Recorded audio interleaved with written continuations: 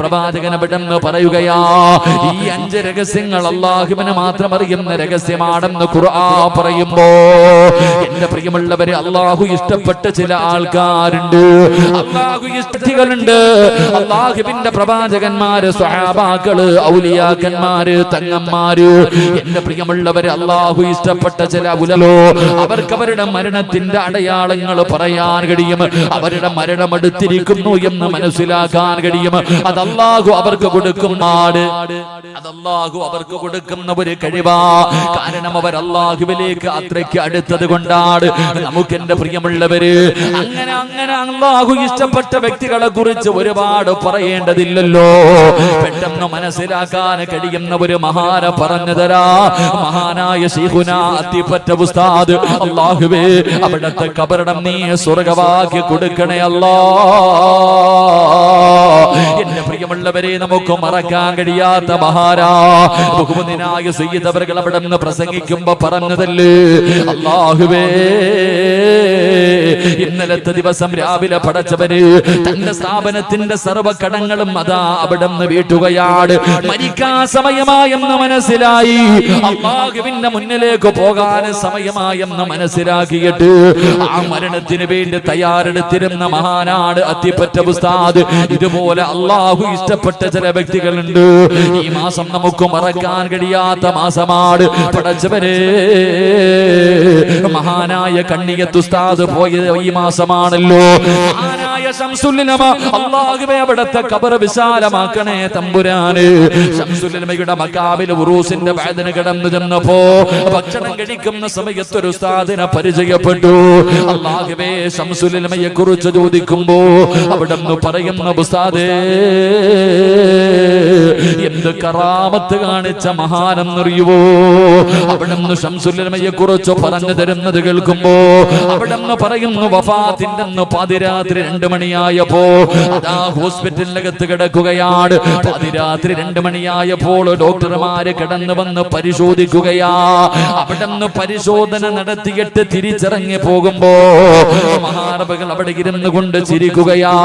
എന്തിനാണ് ചിരിക്കുന്നതെന്ന് ചോദിക്കുമ്പോ, രാവിലെ പോകുന്ന എന്നെ പരിശോധിച്ചിട്ട് ഇവർക്ക് എന്താണ് മനസ്സിലായത്?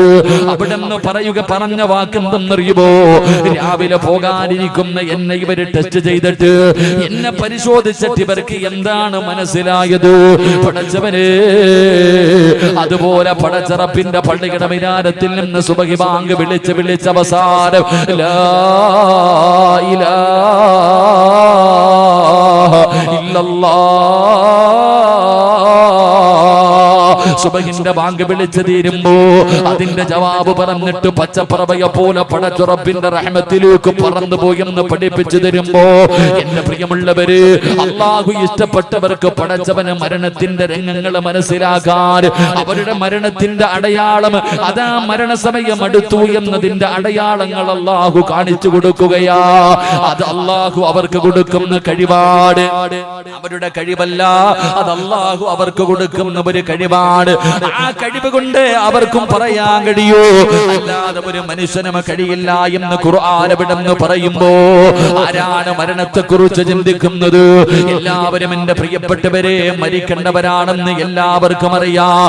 പക്ഷേ എല്ലാവരും മറന്നുകൊണ്ട് ചിരിച്ച് കളിച്ചുകൊണ്ട് ഭാര്യയുടെ കൂടെ, മക്കളുടെ കൂടെ, കൂടപ്പറപ്പുകളുടെ കൂടെ, കൂട്ടുകാരുടെ കൂടെ ചിരിക്കുന്ന മുഖത്തോടെ പടച്ചുറപ്പിന്റെ അനുഗ്രഹങ്ങൾ മുഴുവനും ഇരുകൈയും നീട്ടി സ്വീകരിച്ചിട്ട് ദുനിയാവിന്റെ നെഞ്ചിന്റെ മുകളിലൂടെ അഹങ്കാരികളെ പോലെ, ധിക്കാരികളെ പോലെ മതിമറന്ന് ചിരിച്ച് കളിച്ച് നടക്കുന്ന ചെറുപ്പക്കാരാ, മോനെ, മരണത്തെ കുറിച്ച് എന്തേടാ ഓർക്കാത്തത്? എത്ര പേരുടെ ജനാസ കണ്ടവനാട്, എത്ര പേരെ കൊണ്ടുപോയി ഖബറിന്റെ അകത്ത് ഇറക്കി വെച്ചിട്ട്, എടാ, നിന്നെ പോലെ ഒരു പച്ചയായ മനുഷ്യനായിരുന്നല്ലോ, മരിക്കാൻ ആഗ്രഹിക്കാത്ത ഒരുപാട് സ്വപ്നങ്ങളും പ്രതീക്ഷകളുമായി ജീവിച്ചിരുന്ന മനുഷ്യനാണല്ലോ. ആ മനുഷ്യന്റെ ജനാസ കൊണ്ടുപോയി പച്ചമണ്ണിന്റെ അകത്ത് ഇറക്കി വെച്ച് പിടിമണ്ണ് വാരി എറിയുമ്പോഴെങ്കിലും നീയും ഒരു ദിവസം ഇതുപോലെ പോകേണ്ടവനാണെന്നുള്ള ചിന്ത നിനക്കില്ലാതെ പോയല്ലോ. എല്ലാവരും എവിടെ നോക്കിയാലും ചിരിയാണ്. എല്ലാവരും വല്ലാത്ത സന്തോഷത്തിലാണ്. കുല്ലും ബ്രിഇൻമോ സബ്ബഹു ഫീ അഹ്ലിഹി വൽ മൗതു വദിനാ മിൻ ശിറാകി നഅലിഹി. ഒരുപാട് ചിരിക്കുന്ന ചെറുപ്പക്കാരാ, ഒരുപാട് ആസ്വദിക്കുന്ന പെങ്ങള്, ഫേസ്ബുക്കിൽ കയറിയിട്ട് ലൈവിടുന്ന പെങ്ങള്, ചിരിച്ച് കളിച്ച് മതിമറന്ന് നടക്കുന്ന യുവത്വേ, കാലിൽ കിടക്കുന്ന ചെരുപ്പിൽ ഇടയ്ക്കിടയ്ക്കുന്ന നോക്കടാ പൊന്നുമോന്.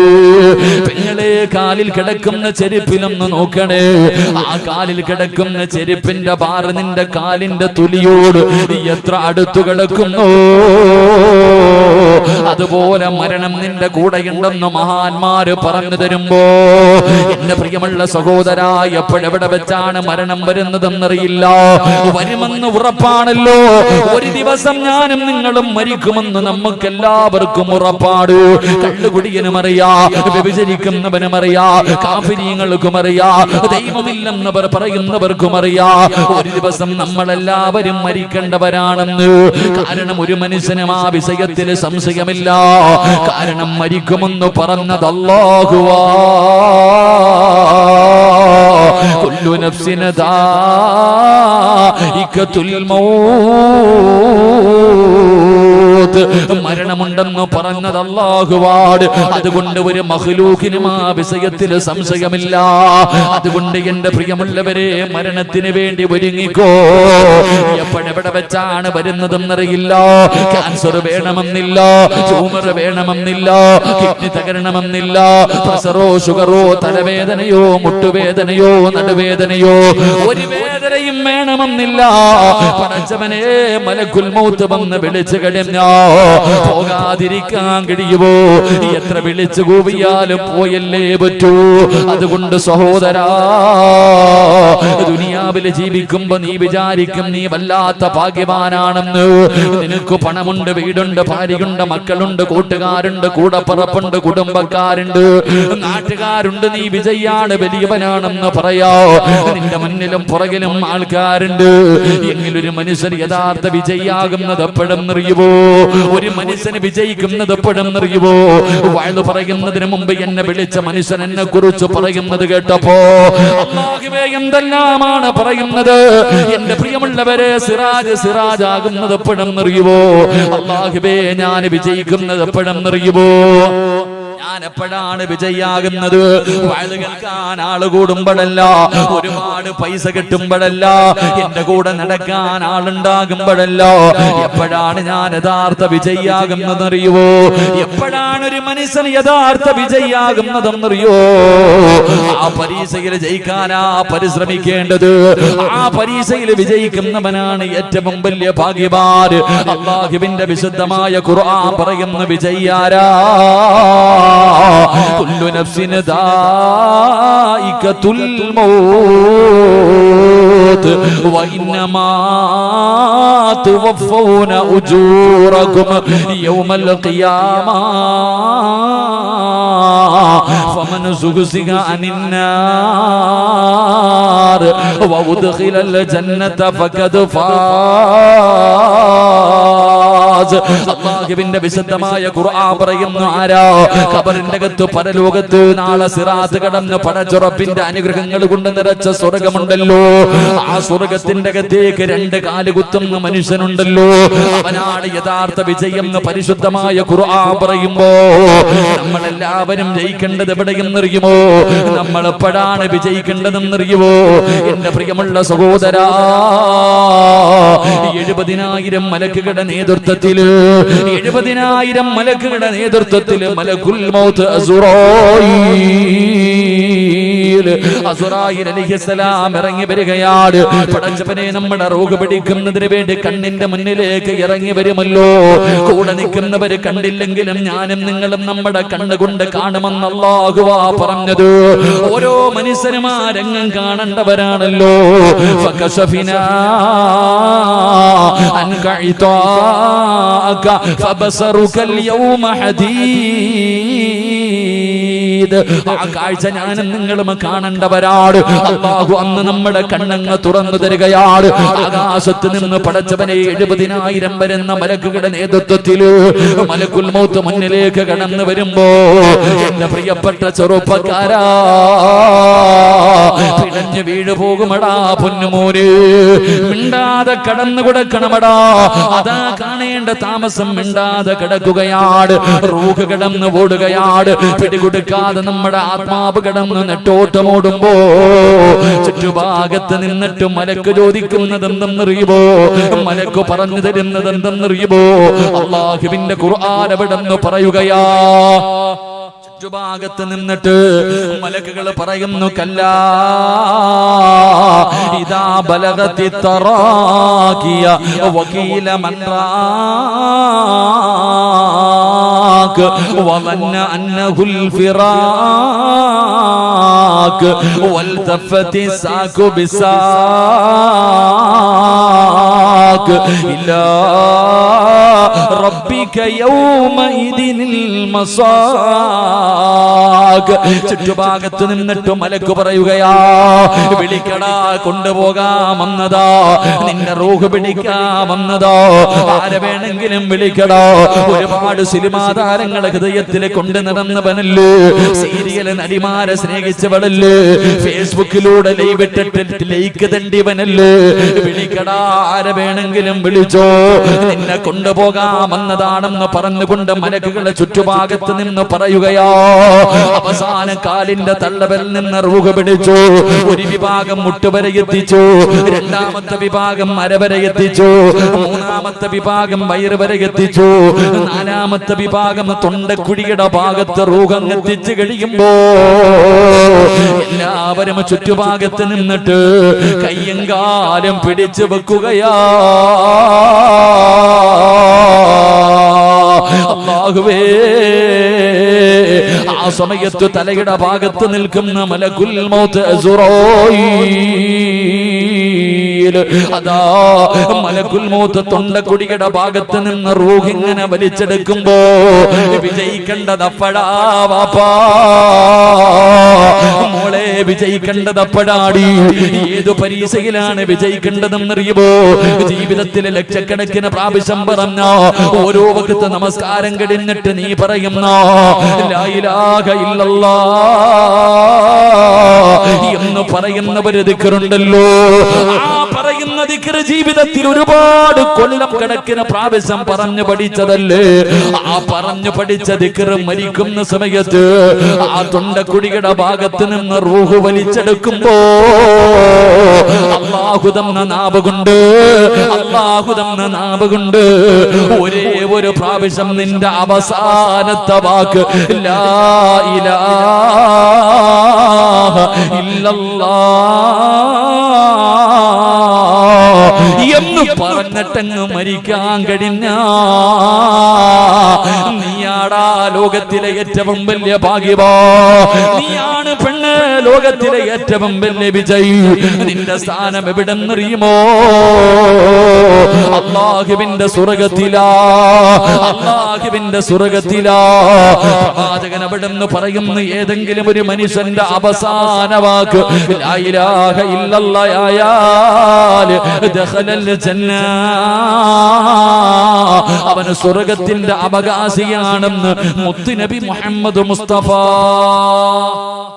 മുത്തുനബി മുഹമ്മദ് മുസ്തഫ, ഉറക്കെ നബി മുഹമ്മദ് മുസ്തഫ സല്ലല്ലാഹു അലൈഹി വസല്ലം. നബിദിനമേ കഴിഞ്ഞിട്ടുള്ളൂ. നബിയോടുള്ള സ്നേഹം മരിക്കുന്ന കാലം വരെ വേണം. മഹാനായി നബി മുഹമ്മദ് മുസ്തഫ സല്ലല്ലാഹു അലൈഹി വസല്ലം തങ്ങൾ പറയുന്നു, എന്തായാലും ഒരു ദിവസം മരിക്കും, ആർക്കും സംശയമില്ല. സമയം ആർക്കെങ്കിലും അറിയാൻ പറ്റുമോ? നമ്മുടെ മരണസമയം എപ്പോഴാണ് നമുക്ക് പറയാൻ പറ്റുമോ? എന്റെ പ്രിയമുള്ളവരെ, ഞാൻ എന്റെ ഉമ്മാന്റെ വയറ്റിൽ കിടന്ന് മാസങ്ങൾ മാത്രം പ്രായമുള്ളപ്പോ ഒരു മലക്ക് വന്നിട്ട് എഴുതി വെച്ചിട്ടുണ്ട്, സിറാജേ 32 32 33 33 എഴുതി വെച്ചിട്ടുണ്ട്. എപ്പോഴാണെന്നറിയില്ല. എത്രാമത്തെ വയസ്സിൽ ഇന്ന സ്ഥലത്ത് കിടന്ന് ഇങ്ങനെ മരിക്കും, മരിക്കുമ്പോ മുസ്ലിം ആയിട്ടാണോ കാഫിറായിട്ടാണോ, അല്ലാഹു കാത്തിരക്ഷിക്കുമാറാകട്ടെ. എഴുതി വെച്ചിരിക്കുന്നത് തട്ടിമാറ്റാൻ എന്നെ കൊണ്ട് പറ്റൂല, കറക്റ്റ് ടൈമിങ്ങിൽ തന്നെ ഉണ്ടാകും. അതുകൊണ്ട് നമ്മൾ എല്ലാവരും ഒരു ദിവസം മരിക്കേണ്ടവരാണ്. കാരണം എല്ലാവരും പോയി, നമ്മുടെ കുടുംബത്തിൽ പലരും പോയതാ, നമ്മൾ കണ്ണുകൊണ്ട് കണ്ടവരാ. അതുകൊണ്ട് എനിക്ക് നിങ്ങളോടൊന്ന് പറയാനുള്ളൂ, മരണം അതെപ്പോഴാണെങ്കിലും വരേണ്ട സമയത്ത് വരും, ഒരു സംശയമില്ലാത്ത കാര്യമാണ്. ആ വരുന്ന സമയം നിന്റെ അവസാന യാത്ര മനോഹരമാക്കാൻ തയ്യാറെടുക്കുക. ഒന്നും വേണ്ട, ഒരു ദിക്ർ പറയാൻ പഠിച്ചാൽ മതി. ലാ ഇലാഹ ഇല്ലല്ലാഹ് എന്ന് പറയുന്ന ഒരു ദിക്ർ പറഞ്ഞിട്ട് പോകണം. അങ്ങനെ പോയാ നീ ഭാഗ്യവാനാണെന്ന് നബി മുഹമ്മദ് മുസ്തഫ സല്ലല്ലാഹു അലൈഹി വസല്ലം. അല്ലാഹു ഭാഗ്യം തരുമാറാകട്ടെ. ഇത് പറയുമ്പോ ഈ സദസ്സിരിക്കണ ചില വാപ്പമാര് ചോദിക്കും, ഇത്രയേ ഉള്ളൂ, എന്നെ കൊണ്ട് പറ്റൂ ഉസ്താദേ, കാരണം ഞാൻ എപ്പോഴും ലാ ഇലാഹ ഇല്ലല്ലാഹ് പറയുന്നവനാ. കണ്ടോ തഴമ്പ് കണ്ടോ, നെറ്റി തഴമ്പ് കണ്ടോ? ഞാനാ ഇവിടുത്തെ പള്ളി കെട്ടിക്കൊടുത്തേ, ഞാനാ മദ്രസകൾക്ക് ലക്ഷങ്ങൾ കൊടുത്തേ, ഞാൻ ഹജ്ജിന് പോയിട്ടുണ്ട്, ഉംറ ചെയ്തിട്ടുണ്ട്, ഞാൻ പള്ളിയിലെ ഇമാമ, പ്രഭാഷകനാ, വലിയ ആളാ. പെണ്ണ് പറയുന്ന എപ്പോഴും കണ്ടോ ഉസ്താദേ, നിങ്ങൾ ഇത് പറയുമ്പോഴും കയ്യിൽ ഇങ്ങനെ തസ്ബീഹ് ലാ ഇലാഹ ഇല്ലല്ലാഹ്, ലാ ഇലാഹ ഇല്ലല്ലാഹ് ഞാൻ പറഞ്ഞുകൊണ്ടിരിക്കുക. നമ്മളെ കൊണ്ട് പറ്റുമെന്നാ നമ്മളൊക്കെ കരുതിയിരിക്കണേ. എല്ലാരും ഉറപ്പിച്ചിരിക്കുക, ഉസ്താദേ ഇത്രേ ഉള്ളൂ, അത് നമ്മളെ കൊണ്ട് കഴിയും, നമ്മൾ പറയാൻ പറ്റുമെന്നാ നമ്മൾ കരുതണേ. എന്റെ വാപ്പ ആരാ പറഞ്ഞ നിന്നെ കൊണ്ട് ഇത് പറ്റുമെന്ന്? നീ വിചാരിക്കുന്ന എന്റെ ഈ താടിയുടെ നീളം കണ്ടാൽ നിനക്ക് ഇതങ്ങ് പറ്റുമെന്ന്? കാക്ക കുത്തണ പോലെ സുജൂദിൽ പോയി കിടന്നിട്ട് ഇങ്ങനെ ഒരച്ചൊരച്ച് തഴമ്പുണ്ടാക്കിയ നിനക്ക്, ഈ തഴമ്പ് കൊണ്ട് നിനക്ക് മരിക്കുന്ന സമയത്തിൽ ലാ ഇലാഹ ഇല്ലല്ലാഹ് പറഞ്ഞു മരിക്കാൻ പറ്റുമെന്ന് ആരാ പറഞ്ഞു തന്നെ? നിന്നെക്കാളും കൊല കൊമ്പന്മാര് തോറ്റുപോയത് അവിടെ. അവരൊക്കെ നടന്നുപോയ വഴിയിലെ മണ്ണാകാൻ യോഗ്യതയില്ലാത്തവരാ ഞാനും നിങ്ങളും. അത്ര ഉയരങ്ങളിലെത്തി. ഈ ലോകത്ത് ആർക്കാ അങ്ങനെ വിശ്വാസമുണ്ടായിരുന്നത്? മരിക്കുന്ന സമയത്ത് ഞാൻ ലാ ഇലാഹ ഇല്ലല്ലാഹ് പറഞ്ഞിട്ടേ മരിക്കൂ എന്ന് പറയാനുള്ള ചങ്കുറപ്പാർക്കുണ്ടായിരുന്നത്? ലോകത്താരും ശക്തിക്കുമില്ലായിരുന്നു.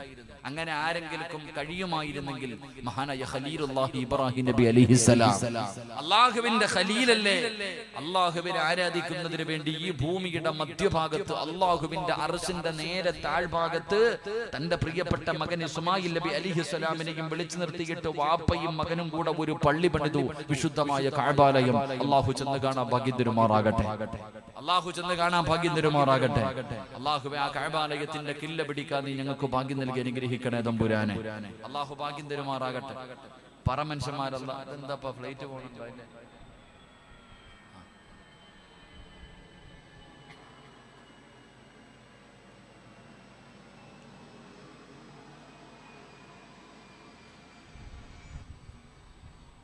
തലേ വീഴത്തൊന്നും ഇല്ലല്ലേ? ശരി. അല്ലാഹു നമുക്ക് കഅബാലയത്തിൽ ചെല്ലാൻ ഭാഗ്യം തരുമാറാകട്ടെ. ഹജ്ജിന് പോകണം നിങ്ങൾക്ക് ആർക്കെങ്കിലും ആഗ്രഹമുള്ളവരൊക്കെ ഒന്ന് കൈപൊക്കി.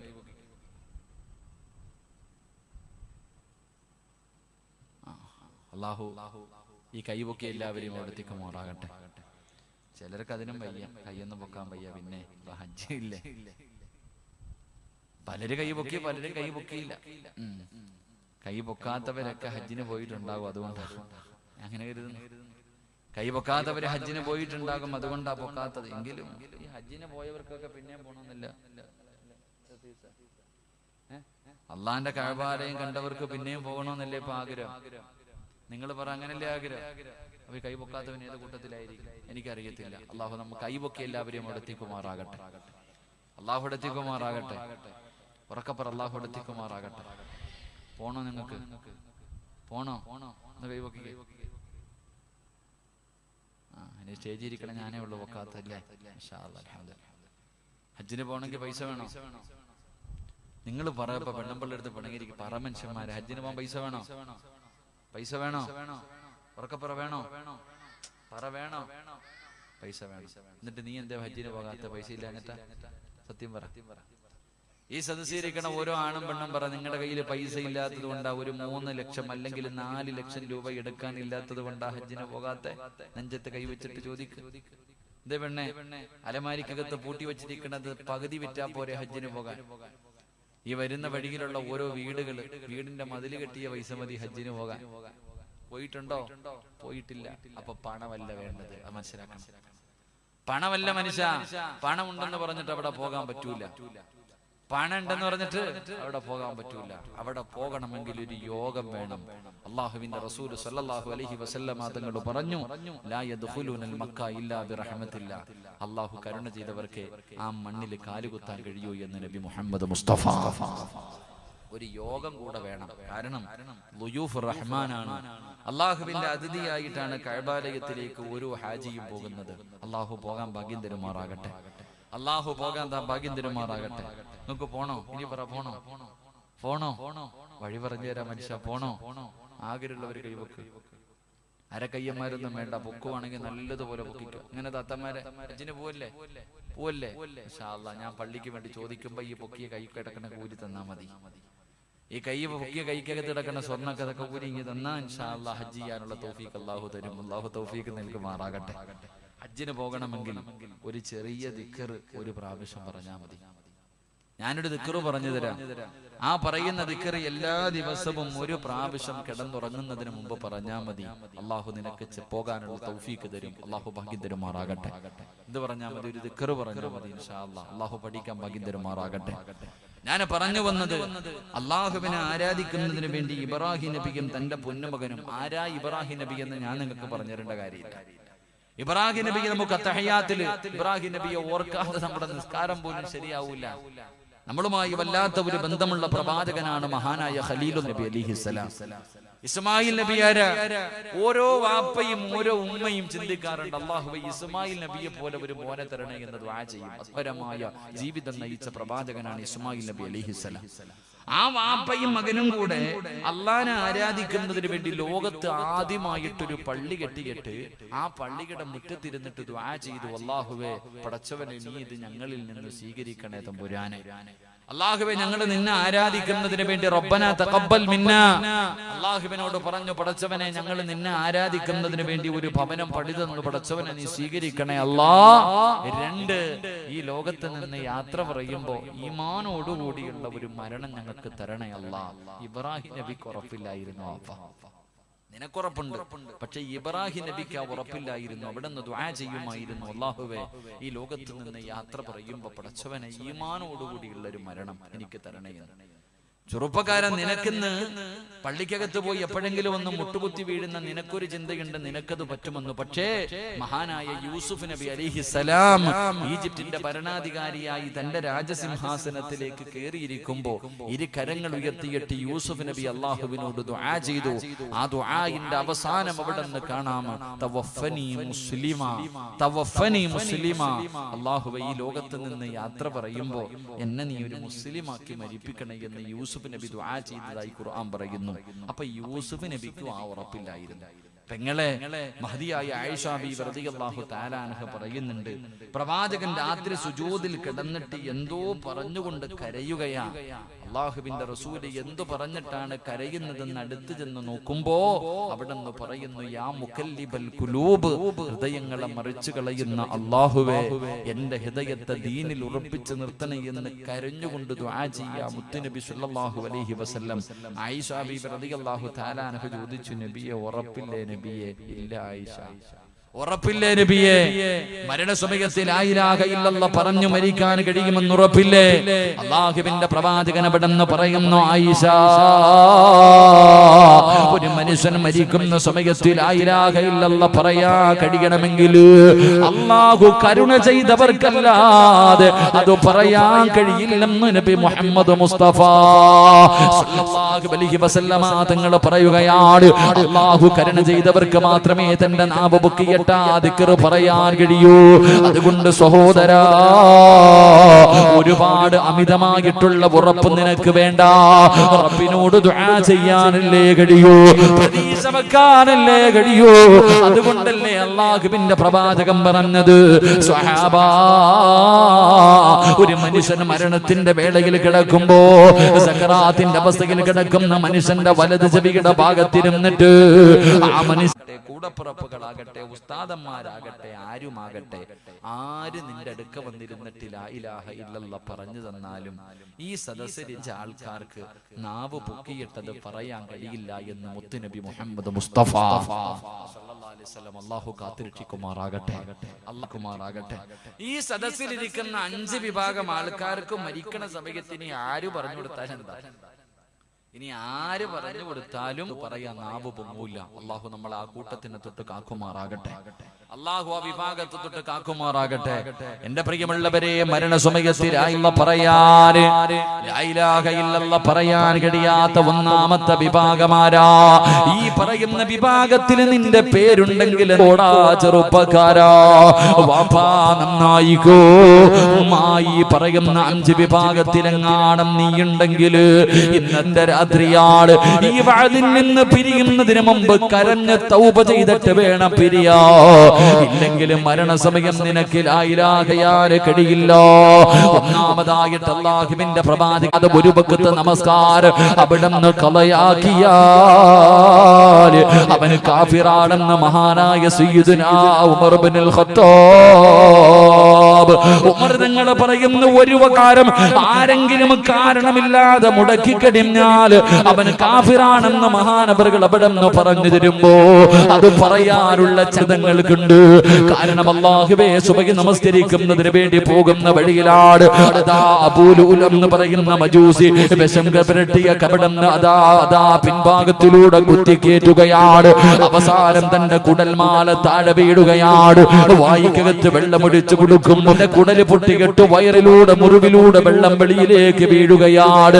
ബോധമില്ലാതെ രക്തത്തിൽ കുളിച്ച് തകർന്നു കിടക്കുമ്പോ മഹാനായ ഉമർ ഇബ്നുൽ ഖത്താബ് റളിയല്ലാഹു തആല അൻഹുവിനെ ബോധം അവിടുന്ന് തിരിച്ചു വരുമ്പോ, അല്ലാഹുവേ ഞാൻ നമസ്കരിച്ചില്ലല്ലോ, എനിക്ക് നമസ്കരിക്കണമെന്ന് പറഞ്ഞ മഹാനായ സയ്യിദുനാ ഉമർ ഇബ്നുൽ ഖത്താബ് മരണത്തോട് മല്ലടിക്കുന്ന സമയത്ത് കാണാമെന്ന അനുചരന്മാരോട് നമസ്കരിക്കാത്ത ഒരാളും ഇവിടെ നിൽക്കല്ലോ, നമസ്കരിക്കാത്ത ഒരു മനുഷ്യനും ഇവിടെ നിൽക്കല്ലേ, നിങ്ങളെ നമസ്കാര കലയാക്കല്ലേ, പോയി നിസ്കരിക്കുന്ന പറഞ്ഞ ഉമർ തങ്ങൾ പറയുകയാണ്.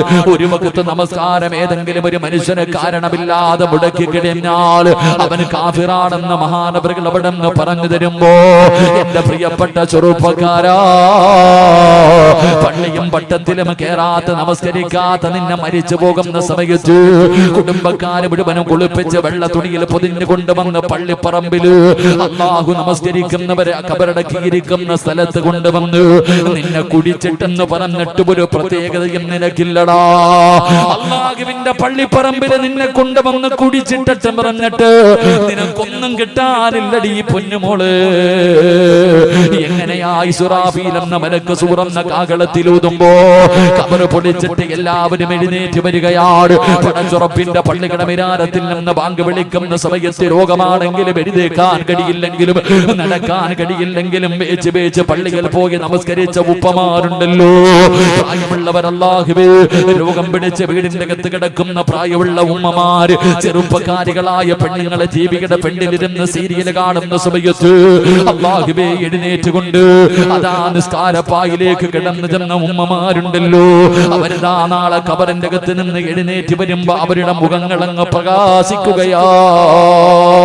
അന്ന് നമസ്കരിക്കാത്തവന് പള്ളിക്കാട്ടിൽ നിന്ന് എഴുന്നേറ്റ് വരുന്ന കോലം എങ്ങനെയാണ്? റസൂലുള്ള പറയുന്നു, സ്വഹാബ, പന്നിയുടെ തലയാണ് മോനെ. എടാ, തൊട്ടാലേഴ് വെള്ളത്തിൽ കരുകണമെന്ന് ഫിഖിന്റെ പണ്ഡിതന്മാര് പറഞ്ഞു തരുന്ന കാഷ്ടം തിന്നുന്ന പന്നി എന്ന് പറയുന്ന മൃഗമുണ്ടല്ലോ, ആ മൃഗത്തിന്റെ തലയും വെച്ച് കൊണ്ടാണ് നമസ്കരിക്കാത്തവൻ നാളെ പരലോകത്ത് എഴുന്നേറ്റ് വരുമെന്ന് പ്രവാചകൻ അവിടുന്ന് പറയുമ്പോ, റസൂലുള്ള മേറാജിന്റെ രാത്രിയില് അല്ലാഹുവിന്റെ പ്രവാചകൻ അവിടുന്ന് ഒരു കാഴ്ച കാണുകയാണ്. പടച്ചവനെ, തന്റെ സമുദായത്തിലെ ഒരു വിഭാഗത്തിന്റെ കൈകാലുകൾ കെട്ടിക്കെട്ട് അതാ നരകത്തിന്റെ മലക്കുകളുണ്ടല്ലോ, വലിയ വലിയ പാറക്കച്ചമെടുത്ത് കൊണ്ടുവന്ന് തലയുടെ മുകളിലേക്ക് വലിച്ചെറിയുകയാ. അവിടുന്ന് തലയങ്ങ് പൊട്ടിച്ചിതറുകയാണ്. പടച്ചവരെ, എന്നിട്ട് താഴെ വീണ കല്ല് രണ്ടാമതും എടുത്തിട്ട് തിരിഞ്ഞു നോക്കുമ്പോ തല പഴയ രൂപത്തിലായിരിക്കുകയാണ്. പിന്നെയും തലയുടെ മുകളിലിടുകയാണ്, പിന്നെയും പാറയെടുക്കുന്നവരുടെ തലയിലിടുകയാണ്. ഈ കാഴ്ച കണ്ടിട്ട് സഹിക്കാൻ കഴിയാതെ അല്ലാഹുവിന്റെ പ്രവാചകം ചോദിക്കുന്നു, മൻ ഹൗലാ യാ ജിബ്രീൽ, ആരാണ് ജിബ്രീല്, ആരാണ് ജിബ്രീല്, ഇവനെന്തു പാപമാ ചെയ്തത്? യാ റസൂലല്ലാഹ്, താരിഖുസ്സലാ, നമസ്കാരത്തെ ഉപേക്ഷിച്ചവരാണ് നബിയേ. അവർക്ക് അല്ലാഹു കൊടുക്കുന്ന ശിക്ഷ ഇതാണെന്ന് ജിബ്രീൽ തങ്ങൾ അവിടെന്ന് പറഞ്ഞു കൊടുക്കുമ്പോ എന്റെ സഹോദരാ, പള്ളിയുടെ മുന്നിൽ കടയുമിട്ട് കൊണ്ടിരിക്കുന്ന കച്ചവടക്കാരാ, നീ കാണുന്നവനല്ലേ പ്രായം ചെന്ന വാപ്പമാര് പോലും നിസ്കരിക്കുന്നതിന് വേണ്ടി അല്ലാഹുവേ നടക്കാൻ പോലും കഴിവില്ലാത്ത രോഗം പിടിച്ച പ്രായമുള്ള വാപ്പമാര് നിന്റെ കടയുടെ മുന്നിലൂടെ പള്ളിക്കകത്തേക്ക് പോകുന്ന കാഴ്ച കണ്ടാൽ പള്ളിയിൽ കേറാത്ത കച്ചവടക്കാരാ, നിനക്ക് അല്ലാഹുവിനെക്കാളും വലുത് പണമായി പോയല്ലോടാ, നിനക്ക് അല്ലാഹുവിനെക്കാളും വലുത് കച്ചവടമാണല്ലോ. എടാ, നിനക്ക് കട തന്നത് അല്ലാഹുവാ, കച്ചവടം തരുന്നത് അല്ലാഹുവാ, പണം തരുന്നത് അല്ലാഹുവാ. അല്ലാഹുവിനാ നിഅമത്തെടുത്തു മാറ്റാൻ ലൈൻ ശകർതും ലഅസീദന്നകും വലൈൻ കഫർതും മിൻ അദാബി ലശദീദ്. അല്ലാഹുവിനാ അനുഗ്രഹം എടുത്തു മാറ്റാൻ കഴിവുണ്ടെന്ന് നീ മറന്നു പോകല്ലേ. നന്ദികേട് കാണിച്ചാ എടുത്തു മാറ്റിപ്പെടാ. നിന്റെ കടയിലെ കച്ചവടം അല്ലാഹു നഷ്ടപ്പെടുത്തുപെടാ. നിനക്ക് അല്ലാഹു കടം തരുപെടാ. എന്റെ പ്രിയപ്പെട്ടവരെ, പടച്ച റബ്ബിനെ ദുനിയാവിന് വേണ്ടി, പണത്തിന് വേണ്ടി, കച്ചവടത്തിന് വേണ്ടി മറന്നു കളയുന്ന മനുഷ്യ രക്ഷപ്പെടുമെന്ന് നിനക്ക് തോന്നുന്നുണ്ടോ? മഹാനായ കലീമുല്ലാഹി മൂസാ നബി അലൈഹിസ്സലാം, മൂസാ നബി ഇങ്ങനെ നടന്നു പോകുമ്പോ ഒരു മനുഷ്യൻ തന്റെ ഇരു കരങ്ങളും ഉയർത്തിപ്പിടിച്ചിട്ട് പടച്ച റബ്ബിന്റെ മുന്നിൽ പൊട്ടിക്കരഞ്ഞു ദുആ ചെയ്യുകയാ. അവിടുന്ന് കരഞ്ഞു വിളിച്ച് ദുആ ചെയ്യുകയാ. മൂസാ നബി നടന്നു പോയി. അവിടുന്ന് അവസാനം തിരിച്ചു വരുമ്പോഴും ഈ മനുഷ്യൻ അവിടെ ഇരുന്ന് കരയുകയാണ്. മൂസാ നബിക്ക് വല്ലാത്ത അത്ഭുതമായി. അവിടുന്ന് പറഞ്ഞു, അല്ലാഹ്, ഈ മനുഷ്യന്റെ ദുആ സ്വീകരിക്കണേ അല്ലാ. പറഞ്ഞു തീരേണ്ട താമസം അതാ ജിബ്രീൽ കടന്നു വന്നു. നബിയേ, ഇവന്റെ ദുആ അല്ലാഹു സ്വീകരിക്കില്ല നബിയേ. ഇവൻ ഇവിടെ ഇരുന്ന് കരഞ്ഞ് കരഞ്ഞ് കരഞ്ഞവന്റെ കണ്ണുനീര് തീർന്നു പോയിട്ട് അവന്റെ തലച്ചോറ് കലങ്ങിയിട്ട് കണ്ണിലൂടെ ഒലിച്ചാൽ ഇവന്റെ ദുആ അല്ലാഹു സ്വീകരിക്കില്ല നബിയേ. ഈ രണ്ട് കൈയും ഇങ്ങനെ ഉയർത്തി പിടിച്ചിരുന്നിട്ട് ഈ കൈ രണ്ടും ഒടിഞ്ഞുപോയി. നട്ടല്ലിവിടെ ഇരുന്നിരുന്ന് ഒടിഞ്ഞുപോയി. ഇതുപോലെ ഇവൻ ദുആ ചെയ്താലും അല്ലാഹു സ്വീകരിക്കില്ല. എന്തേ ജിബ്രീലേ, എന്തേ ജിബ്രീലേ, ഇവനെന്ത് പാപമാ ചെയ്തത്? അവിടെന്ന് പറയുന്നു, ദുനിയാവിന് വേണ്ടി അല്ലാഹനെ മറന്നവനാ. അതുകൊണ്ട് നമസ്കാരം ഉപേക്ഷിച്ചുകൊണ്ട് കച്ചവടം നടത്തുന്നവന് നീ രക്ഷപ്പെടുവല്ലടാ. അല്ലാഹ് നിന്നെ വെറുതെ വിടുമെന്ന് നീ കരുതല്ലേ. അതുകൊണ്ട് പ്രവാചകൻ അവിടെന്ന് പറയുന്നു, മരണസമയത്തിൽ ലാ ഇലാഹ ഇല്ലല്ലാഹ് പറഞ്ഞു കൊടുക്കുമ്പോ പറയാൻ കഴിയാത്ത ഒന്നാമത്തെ വിഭാഗം നമസ്കരിക്കാത്തവനല്ല, നമസ്കരിക്കുന്നവനാണ്. നമസ്കരിക്കുന്നവനാണ്. പള്ളിയിലെ ഇമാമ എല്ലാ ദിവസവും മഗ്രിബിന് ഓതുന്ന ഒരു സൂറത്തുണ്ട്, ബിസ്മില്ലാഹിർ റഹ്മാനിർ റഹീം. അറഅയ്തല്ലദീ യുകദ്ദിബു ബിദ്ദീൻ ഫദാലികല്ലദീ യദ്ഉൽ യതീം വലാ യഹുദ്ദു അലാ തുആമിൽ മിസ്കീൻ ഫവൈലുൽ ലിൽ മുസല്ലീൻ. അല്ലാഹുവിന്റെ വിശുദ്ധമായ ഖുർആൻ അവിടെന്ന് പറയുന്നു, വൈലെന്ന് പറയുന്ന നരകം കള്ളുകുടികനും പെണ്ണുപിടികനും പലിശ തിന്നുന്നവനും കാഫിറിനുമല്ല. അല്ലാഹുവിന്റെ അദാബ് കൊണ്ട് നിറച്ച നരകത്തില് വൈലെന്ന് പറയുന്ന നരകം ആർക്കുള്ളതാണെന്നറിയുമോ? അല്ലാഹുവേ, ഫവൈലുൽ ലിൽ മുസല്ലീൻ. നമസ്കരിക്കുന്നവനാ, നമസ്കരിക്കുന്നവനാ. എങ്ങനെ നമസ്കരിക്കുന്നവനെന്നറിയുമോ? അല്ലദീന ഹും അൻ സ്വലാത്തിഹിം സാഹൂൻ. അശ്രദ്ധമായി നിസ്കരിക്കുന്നവര്, അലസതയോടുകൂടി നിസ്കരിക്കുന്നവര്. എന്റെ പ്രിയമുള്ളവര്, ഇന്ന് പടച്ച റബ്ബിന്റെ പള്ളിക്കകത്ത് നമസ്കാരം നടക്കുമ്പോ ഇന്ന് ചെറുപ്പക്കാരുടെ നമസ്കാരം കണ്ടാ കളിയാണല്ലോ, തമാശയാണല്ലോ, കോമാളിത്തരമാണല്ലോ. അല്ലാഹുവിന്റെ മുന്നിൽ നിന്നിട്ട് പടച്ച റബ്ബിനെ കളിയാക്ക നേരെയാക്കുന്ന നമസ്കാരമോ എന്റെ പ്രിയപ്പെട്ട ചെറുപ്പക്കാരാ മഹാനായ നബി മുഹമ്മദ് മുസ്തഫ സല്ലല്ലാഹു അലൈഹി വസല്ലമ തങ്ങൾ 1400 വർഷങ്ങൾക്ക് മുമ്പ് ലോകത്തിന്റെ നേതാവ് തന്റെ പള്ളിക്കകത്തിരിക്കുമ്പോ ഒരു ചെറുപ്പക്കാരൻ നിന്ന് നമസ്കരിക്കുകയാ ഒരു മനുഷ്യന് പള്ളിക്കകത്ത് നിന്ന് നമസ്കരിക്കുകയോ നമസ്കരിക്കുന്ന സമയത്ത് തന്റെ താടിയിലൊന്ന് കൈകൊണ്ട് പിടിച്ച് നേരെയാക്കുകയാണ് തന്റെ താടിയൊന്ന് നേരെയാക്കുകയോ നമസ്കാരം കഴിഞ്ഞപ്പോ അല്ലാഹുവിന്റെ പ്രവാചകൻ അടുത്തേക്ക് വിളിച്ചിട്ട് ചോദിക്കുന്നു മനുഷ്യ നിനക്ക് അല്ലാഹുവിനെ പേടിയില്ലേ മരിക്കണ്ടവനാണെന്നുള്ള ചിന്തയില്ലേ അല്ലാഹുവിന്റെ മുന്നിലാണ് നിൽക്കുന്നതെന്നുള്ള ഓർമ്മ നിനക്കില്ലേ താടി നേരെയാക്കുന്നല്ലോടാ ഇങ്ങനെയാണ് അങ്ങ് മരിച്ചു പോകുന്നതെങ്കിൽ എന്റെ ഉമ്മത്തായിട്ടാണ് മരിച്ചതെന്ന് കരുതല്ലേ നമസ്കാരത്തിലെ താടി നേരെയാക്കിയ മനുഷ്യനോട് അല്ലാഹുവിന്റെ പ്രവാചകൻ ഇങ്ങനെ പറഞ്ഞു പോയതെങ്കിൽ വയലിലെ കൊക്ക് നിൽക്കുന്നത് പോലെ ഒറ്റക്കാലിൽ നിന്ന് നിസ്കരിക്കുന്ന ചെറുപ്പക്കാരാ മുടി നേരെയാക്കുന്ന ചെറുപ്പക്കാരാ അടുത്ത് നിൽക്കുന്നവന്റെ ശരീരത്ത് തട്ടി കളിക്കുന്ന ചെറുപ്പക്കാരാ ശരീരം മുഴുവനും 3 പ്രാവശ്യത്തിൽ കൂടുതൽ അനങ്ങാ പാടില്ലല്ലോ 3 അല്ല 30 പ്രാവശ്യം ചലിപ്പിക്കുന്ന വാപ്പാ എന്റെ പ്രിയപ്പെട്ടവരെ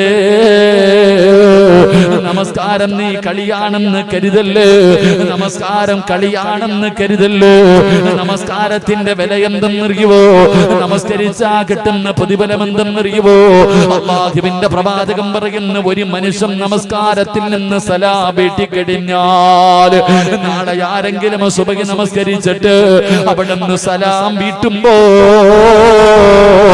ഒന്നുകിൽ സ്വർഗത്തിന്റെ ലിസ്റ്റിൽ നിന്റെ പേര് മലക്കെഴുതുകയോ ഒന്നുകിൽ നീ സ്വർഗവാസിയോ അല്ലെങ്കിൽ നരകവാസിയോ പ്രവാചകൻ അവിടെ നിന്ന് പറയുകയോ ഒരു മനുഷ്യൻ നമസ്കരിച്ചു കഴിയുമ്പോൾ ഒന്നുകിൽ അവന് സ്വർഗവാസിയാണ് അല്ലെങ്കിൽ നരകവാസിയാണെന്ന് മുത്തുനബി മുഹമ്മദ് മുസ്തഫ